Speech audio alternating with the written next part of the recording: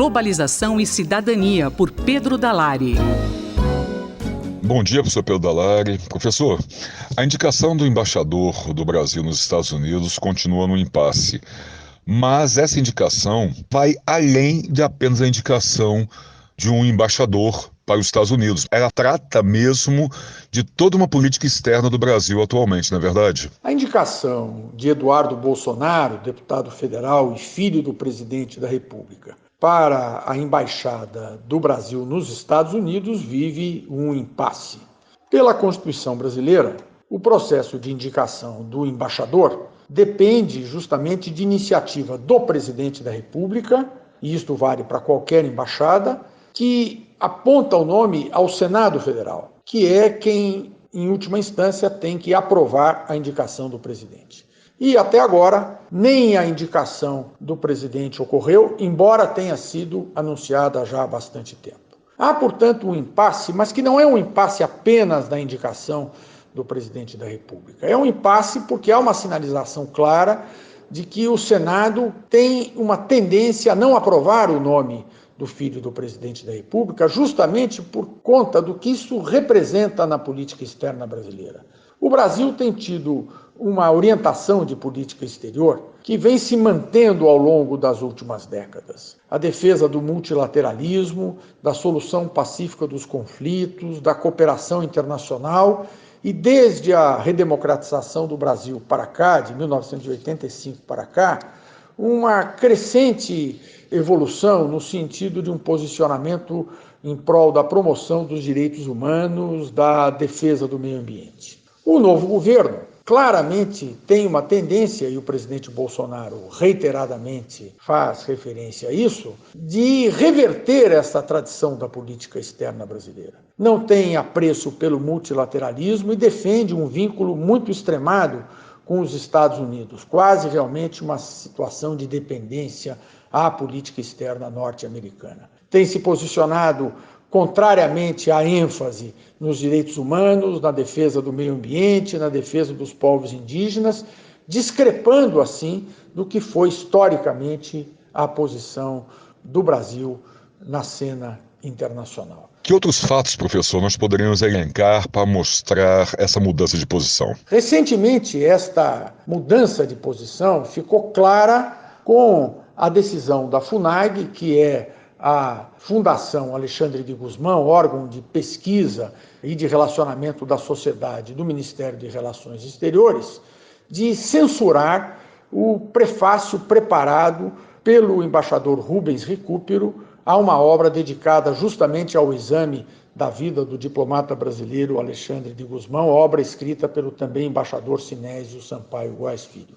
O embaixador Sinésio fez a obra sobre Alexandre de Gusmão, e Rubens Recupero, que é considerado um dos principais autores da história diplomática brasileira, ele também embaixador de carreira, foi convidado para fazer o prefácio. Quando a FUNAG, a direção da FUNAG, ficou sabendo que Rubens Recupero era o autor do prefácio, vetou a publicação do livro do embaixador Sinésio. E isto porque o embaixador Rubens Recupero tem se manifestado publicamente, ele que já é um diplomata aposentado e pode fazê-lo com toda a liberdade, de forma muito contrária às atuais orientações da política externa brasileira. Há, sim, um impasse entre aquilo que o Ministério de Relações Exteriores e o governo Bolsonaro defendem para a política externa brasileira e aquilo que é a tradição brasileira e a vontade da sociedade brasileira, o que se demonstra justamente pela resistência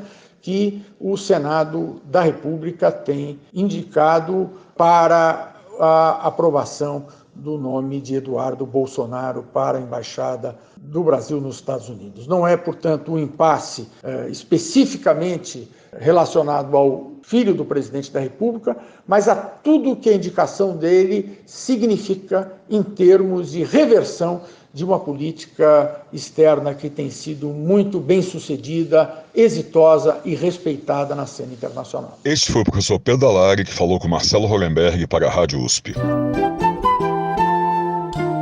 Globalização e Cidadania, por Pedro Dalari.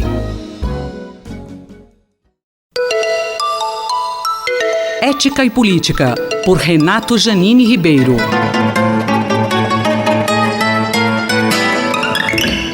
Professor Janine, o senhor poderia fazer uma análise da crise do PSL, partido do presidente Bolsonaro?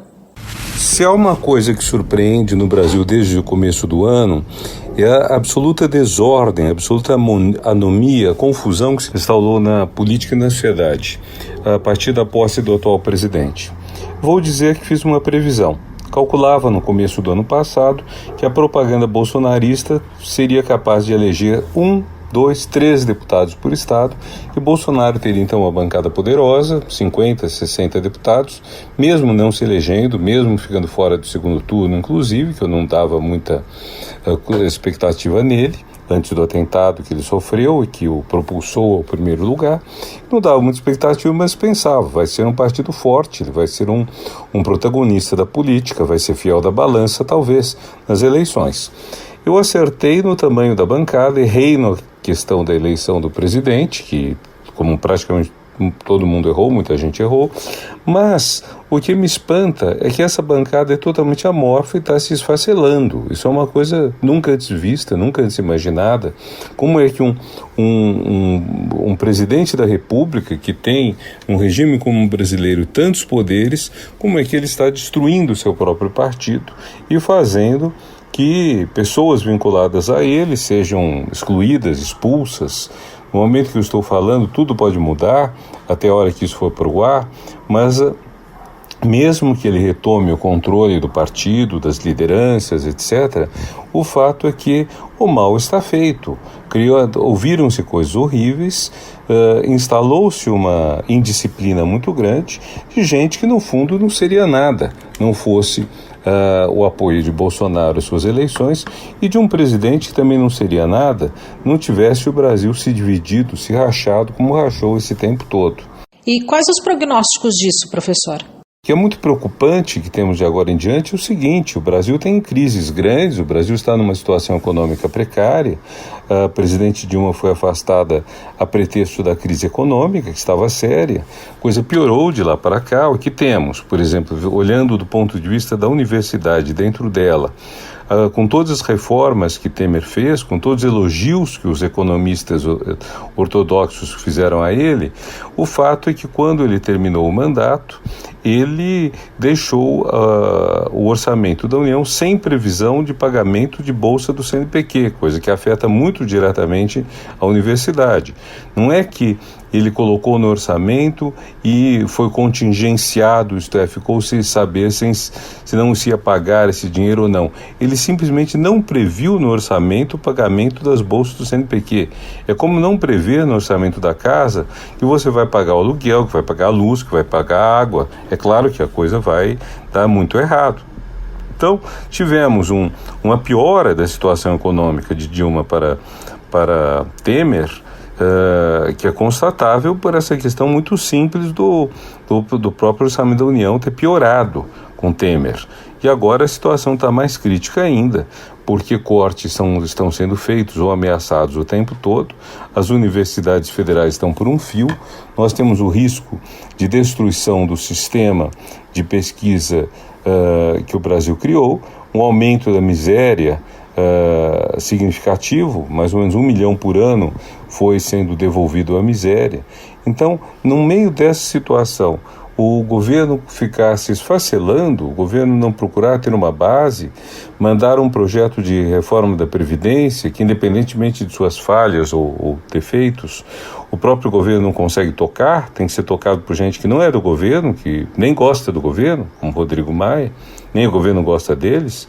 Eu acho que isso indica uma crise de governabilidade que eu nunca vi no Brasil, mas nunca vi. Nem nos momentos de maior inflação, nem nos momentos de maior insatisfação social, jamais vi uma situação tão crítica como essa que estamos vivendo agora, o que é muito preocupante para todos nós. O professor Renato Janine Ribeiro conversou comigo, Valéria Dias, para a Rádio USP. Ética e Política, por Renato Janine Ribeiro.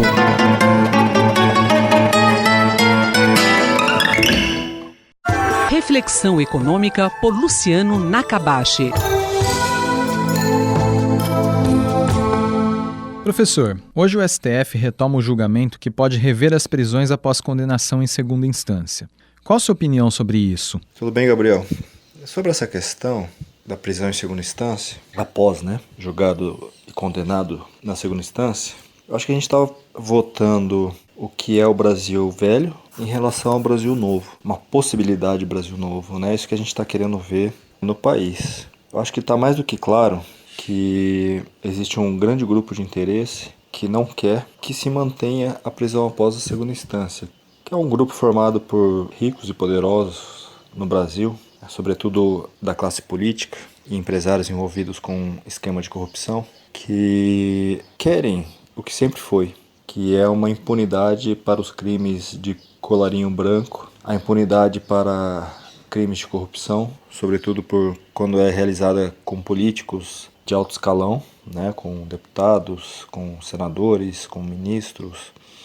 Então, é isso que a gente sempre viu na história do Brasil, uma impunidade muito grande pela questão do excesso de recursos, da morosidade da nossa justiça, da burocracia. Tudo isso joga a favor da não condenação de culpados, que existem muitas provas, mais do que necessárias para saber que são pessoas envolvidas em atos ilícitos.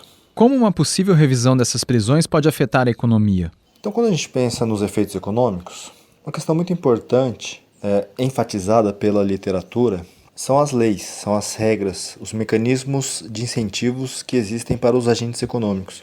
Quando a gente pensa nessa questão de ser preso, a pessoa ser presa somente após julgado e condenada em todas as instâncias, é uma coisa de fato que serve para proteger crimes de colarinho branco, crimes de corrupção, sobretudo de pessoas ricas ou poderosas, Políticos, empresários que estão envolvidos nesses esquemas de corrupção, o que acaba sendo muito ruim para o país, porque quando você não tem punição para esse tipo de crime, você estimula. É uma questão de incentivo, Se não tem a punição, ou se a punição, a probabilidade de ocorrência é muito grande, a gente percebe, como é o caso do Brasil, que os esquemas de corrupção, eles se propagam em uma parcela muito grande da população que é favorecida no país. Então, se a gente quer ter um país que é mais sério, se a gente quer um país que funcione melhor, a gente tem que punir, seja da pessoa que faça um roubo, que são os crimes comuns de tráfico, envolvendo parcelas menos favorecidas da população, geralmente, por causa do tráfico, tem pessoas de vários níveis, envolvidas nesse tipo de atividade ilegal. E corrupção, que é uma coisa muito grave, que atrapalha o funcionamento do país, onde somente aqueles que são próximos e que têm o poder, que têm dinheiro, eles conseguem se aproveitar disso. Então, você favorece aquelas pessoas que são amigas do rei, que são as pessoas próximas do Planalto, próxima dos poderosos.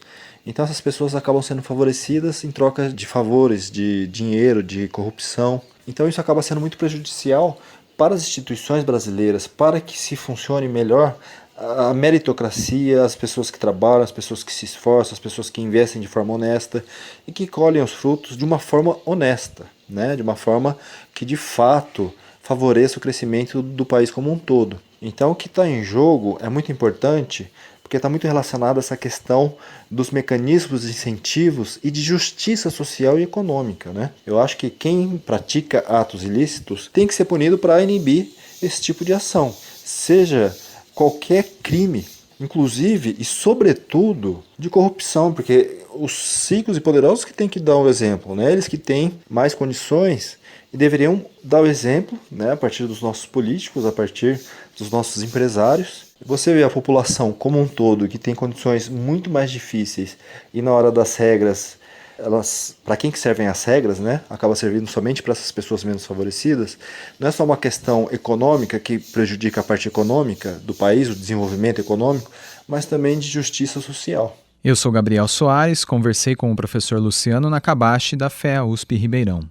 Reflexão econômica por Luciano Nakabashi.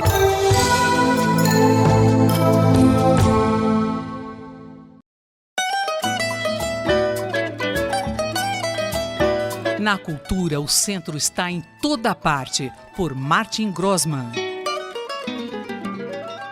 Professor Martin Grossmann, muito bom dia para nós aqui no Brasil, boa noite para o senhor aí no Japão. O senhor se encontra agora em Kyoto, onde continua suas pesquisas sobre museus, que são a sua especialidade. O que o senhor tem para compartilhar com a gente hoje, professor? Roberto e ouvintes da Rádio USP. Queria, então, compartilhar com vocês essa experiência aqui e dar continuidade, principalmente, à questão do entendimento dessa cultura tão distinta que é a japonesa, né? O Japão sofre não só de terremotos, mas de tufões, tsunamis. É uma parte do globo que tem essa fragilidade. Há também uma constante instabilidade e tensão com o continente, em particular a China e a Coreia. Na coluna passada, o senhor mencionou a passagem do tufão Hagibis neste mês, dando uma boa ideia dessa instabilidade. Nessa condição de instabilidade geológica, atmosférica, política, o Japão se consolidou tendo como base a sua população, o coletivo. Isso ficou também claro não só na passagem do tufão, mas após a passagem, né? Hoje temos 80 mortos, mais 10 desaparecidos, e as notícias, né, fazem essa cobertura dos estragos que o tufão causou, e nós vemos os políticos, o primeiro-ministro, os governadores, enfim, prestando depoimento, fazendo visitas às localidades afetadas, toda essa solidariedade, então, dos japoneses em torno desse episódio. Mas continuando o cotidiano, o seu dia a dia, de forma tão natural quanto anteriormente e na passagem desse tufão. O que essa instabilidade do Japão revela sobre as diferenças entre a nossa sociedade ocidental e a sociedade japonesa? Na nossa cultura eurocêntrica, o eu é um a priori, então o indivíduo vem em primeiro lugar. Já no Japão, o eu é definido em função da circunstância. O eu aqui é sempre relacional, nunca individualizado. No Ocidente, geralmente são os indivíduos que tomam a iniciativa de interferir no curso da história. Então, não só o protagonismo de um eu, né, mas essa ideia mesmo que o sujeito pode ser redentor, que pode ter um papel na mudança da situação e até a caracterização de heróis, né? Mesmo na construção histórica, nós podemos e fazemos essa relação mesmo através dos indivíduos, né? No Japão, é muito difícil ter heróis. O fato histórico, ele é explicado por um produto de vontades coletivas, né? E isso destoa mesmo com a situação ocidental. Esse meu entendimento ainda está sendo esboçado e aqui eu divido com você, ouvinte, né, essas minhas reflexões em terras distantes. Mas o que é fundamental na existência japonesa é essa relação com a natureza natural, que está presente e ela se manifesta quase que cotidianamente. Já no caso da nossa condição eurocêntrica, essa natureza natural ela foi sendo sublimada por outras noções de natureza. A modernidade está pautada na natureza artificial da cidade e há um certo tempo nós vemos que a virtualidade, o digital, o computacional também vem mudando a nossa relação com a natureza. De Kyoto, no Japão, o professor Martin Grossmann conversou com Roberto Castro. Na cultura, o centro está em toda parte, por Martin Grossmann.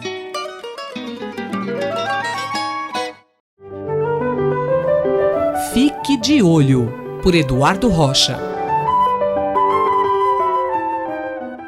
Professor, o uso recorrente das telas de computadores, smartphones e afins afetam os olhos? Olá, mais e mais estudos confirmam o que já é quase um senso comum, que os nossos olhos estão mais incomodados, mais fadigados, graças à entrada e cada vez mais frequente uso dos displays, dos vídeos, das telas, desde o pequeno smartphone até as grandes telas de computador na nossa vida diária. Elas permeiam as atividades de trabalho, o aprendizado e o lazer. E assim, nada mais justo do que discutir, com a aproximação das férias, maneiras de descansar um pouco, se não os olhos, se não a visão, pelo menos as nossas telas dos eletrônicos, computadores, smartphones e etc. Temos brincadeiras que usamos os olhos sem ser essas das novas tecnologias? Segue aqui uma lista de sugestões com brincadeiras, onde os olhos entram com suas habilidades, os outros sentidos e a chance de se divertir entre crianças, com crianças, ou quem quer que esteja disposto a brincar, de uma maneira analógica, antiga, através de brincadeiras que estão aí há séculos. Para começar, 2 brincadeiras que, suprimindo a visão, utilizam os outros sentidos para alcançar o objetivo final. Cabra cega e a sua variante molhada, o Marco Polo. Nessa brincadeira, o indivíduo, que é o pegador, está com os olhos vendados, está sem possibilidade de enxergar e procura, então, tocar, encostar ou apreender um outro indivíduo, que é esse, então, vai receber a atribuição de ser o próximo pegador. Na variante Marco Polo, muitas vezes ligada a atividades, a brincadeiras na água, talvez assim um pouco mais segura para os afoitos, existe a regra de o indivíduo pegador, falando a palavra Marco, os outros respondem com Polo, e assim, não só os sentidos do tato, olfato e a audição estarem bem aguçados, mas também, nesse caso, principalmente, de novo, a audição, uma vez que reconhecendo o retorno Marco Polo, quase como um eco, é possível inferir sobre a distância do indivíduo ou de uma mais vulneravelmente a ser o próximo pego e a ser o próximo pegador. Ainda com os olhos vendados, mas também, por favor, com bastante segurança ao redor, o desafio do indivíduo romper uma bexiga com água, com um objeto que possa derrubá-la, então ela presa por uma corda, alguns indivíduos preenchem isso com doce, outros com água mesmo, e aí, atingindo o sucesso com os olhos vendados, provavelmente um banho ou parte de um banho acaba sendo quase certo.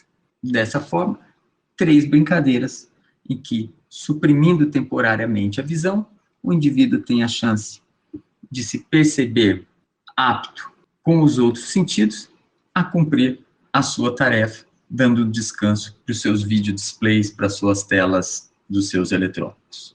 Por último, 2 brincadeiras onde a visão não é suprimida, mas a habilidade de piscar ou não piscar são desafiadas.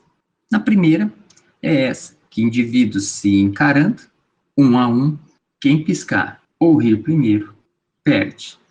Numa segunda brincadeira, chamada de detetive, há um sorteio prévio, terá um detetive, um assassino que com um simples piscar de olho mata suas vítimas e que elas, então, percebendo esse piscar, anunciam que foram abatidas, e a missão do detetive é, antes que o grupo termine, identifique quem é o assassino. Os indivíduos agrupados em roda, então, todos se observando atentamente o tempo todo, a descobrir quem é o detetive, quem é o assassino e quem são simplesmente vítimas. Nesse caso, um anúncio errado de quem é o assassino determina, então, a derrota do detetive e o assassino ganha, se ele conseguir eliminar todas as vítimas antes de ser descoberto por esse detetive. Ficam, então, aqui dicas de brincadeiras que acabam sendo um repouso para os eletrônicos e, quem sabe, assim, um despertar para o uso saudável dos olhos, deixando um pouco de lado o display e o desconforto que eles causam. Muito obrigado. Eu sou Rosimeire Talamone e nós acabamos de ouvir o professor Eduardo Rocha, da Faculdade de Medicina da USP em Ribeirão Preto. Fique de Olho, por Eduardo Rocha.